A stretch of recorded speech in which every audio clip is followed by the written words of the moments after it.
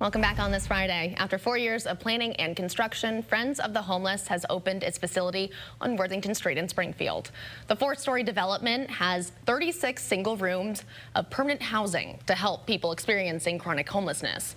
The nonprofit says it was designed to meet the needs of residents transition towards stable, independent living.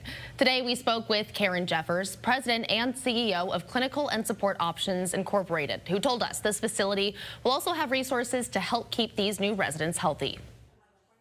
I think the convenience of these locations, the services that individuals will have access to, both behavioral health and health services for the homeless, who also helps to provide primary care services, and close to downtown, access to everything that they need and stability. Today we're just so excited to be giving individuals who have possibly never had a home of their own a safe place to call home. The nonprofit says this project wouldn't have been possible if it weren't for all the partners and organizations who came together to make sure everyone has a place to call home.